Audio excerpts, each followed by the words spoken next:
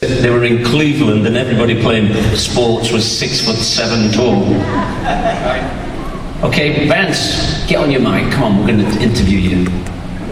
Vance, tell us about your first band that you were in, the first experience. Tell them, not me. I know. The first real band I had was the Mosquitoes. Like Billy, it was my goal to play in a club. And so it was quite early, probably around age 15, but I also played sports. So that was it. We had a band, we traveled the country, and did quite well for about 5 years, and then it all fizzled out. They do. And that was it. That's usually where it takes off. When you fizzle out from your first band, you usually find one that's better than that. But you found us. It was in the same scene as Dave. Dave had a band in the same scene, the Garage and the Original Sins. All right. Where are you from? Very good question. Ask him where he's from. Where are you from? I'm from Manhattan originally, now I live in Long Island.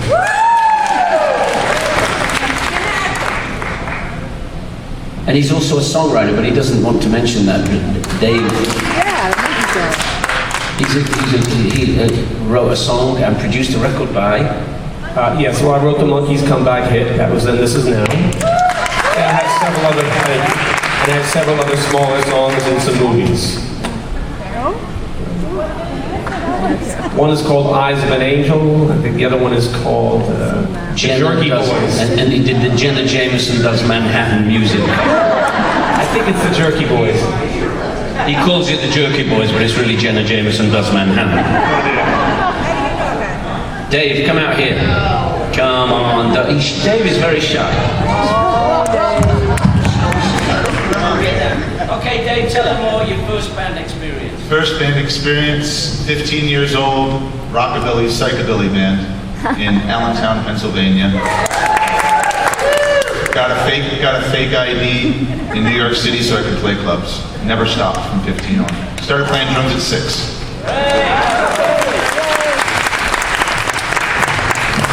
I first saw Dave playing in a band, amazingly, I think he was in Hong Kong.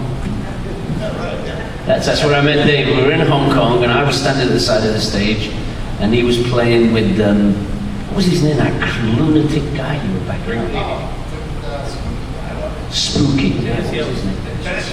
Dennis Yost. He was playing drums with Dennis Yost. And like I went early I always go to the show early and watch all the other bands. And was this really, and there was music from Dennis Yost, was it the classics, Balls and like that. They had all these great songs, so I was like all excited to go and see Dennis Yost because it seemed to be of a period that was useful. This guy was completely nuts. He didn't even sound or look like he was in the same room as everybody else. But Dave was playing really good, so that's when I met Dave. I said, oh, that's a great drummer, because he was saving this guy's arse, basically. Because this guy was all over the place, but somebody was just, the drummers are responsible for enthusiasm. If anybody's ever seen, like if you've ever seen, Ringo is a good one, but I was thinking more like Ginger Baker, who, somebody who like gets everybody in order, and actually Keith Moon would be the other person, and if anybody ever saw the Kinks, that was another drummer who kind of inspired the band to, when it was like, the drummer would put it, Dave brings that, and if he can save Dave Yost, he can save anybody. And I bet you played with him as well, Rich. Go on, Rich, tell us your story, how you started. When I was 14, I got in my first rock and roll band with a bunch of guys that were older than me. I really got in the band because I could sing Whole Lotta Love by Led Zeppelin. And that was how I got in the band. And then I had a group called Love Affair that got me all around the country, and actually which moved me to the next step. We had a couple albums out on Atlantic, had a hit called Mama Says in 1980, and an EP on RCA. After that, I moved into the circuit working with Gary Lewis and started writing songs for other people. Sonny Geracius recorded a few of my songs, amongst some other people. Billy Huffsey, you might remember him from the Fame TV show. In fact, he also recorded one of Billy's. And that's it. And I got to be here, which is where I can honestly say, and I think Billy can go join me on this, from 1988 when we first backed you up on a Gary Lewis show. Billy and I always wanted to work with you.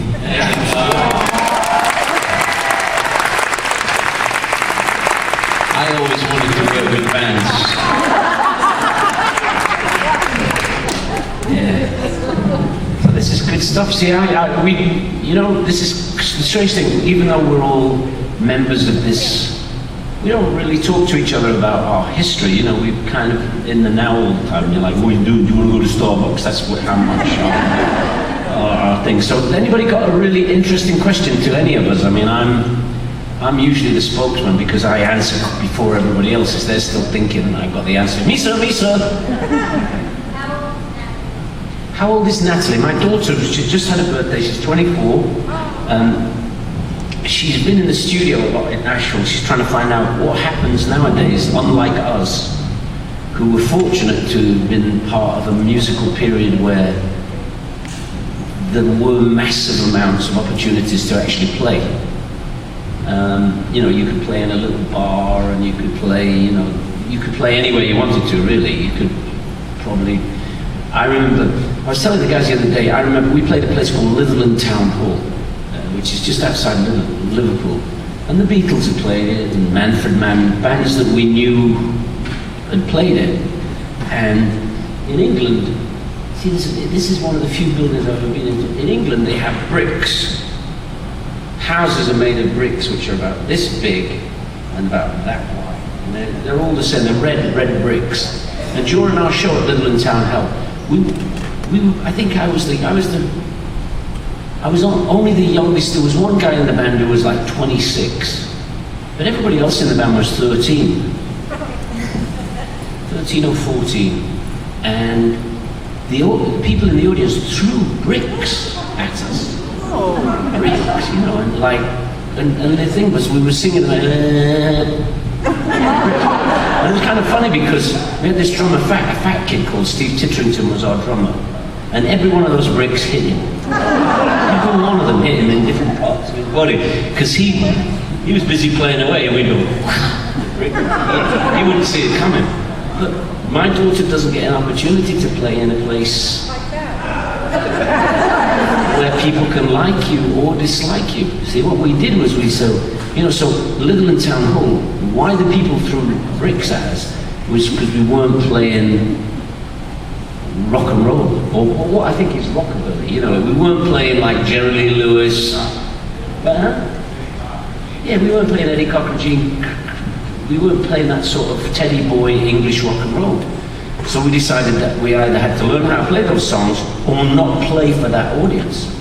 So my daughter right now knows who she is and is going to have to find her audience somewhere. She's going to have to go and play. She's putting a little band together, and she's going to have to play in all these little places and find out those people don't like me, so I'm not going to play for them. I mean, what you don't want to do when you're a singer, my worst fear when I first started was you would go into a place and they'd be all talking at the tables, drinking, and they wouldn't stop drinking and talking to each other while you played. So you had to catch people's attention, and that's part of what she's up to right now. She played a few bars, and I've seen her, and she's got this unique thing, which is lucky, because you can't teach it to somebody. Like when she starts singing this, I go to a gig with my daughter, and I'm like, I can't be a show business father because it feels so inappropriate. My mum and dad never came to a gig until I'd made it, because it was so uncool to have your parents around, you know what I mean? So I go to her concerts, and if I see a bunch of guys at a table while the opening act is on, or the other guy in her band is playing his song, and I'm going, if these guys are going to be talking when she's going on, I'm not going to have to go and kick their asses. And I'm thinking, now I'm doing like a hard man. I'm going, I'll hit him first because he's the easy one. He's fat, he's slow, and I've worked out how. And lo and behold, she starts to sing the song, and these guys go and listen to the song. You know what I mean? So she's got this unique talent which you can't teach anybody, where people actually pay attention. I played Dave one of the songs the other day on my iPhone, like just a little tiny speaker. I'll play it for you in a minute. And people, when you hear her voice, you go, oh, that's interesting. It's just different enough that you can. I'm going to just play one of her songs, just a little bit like this.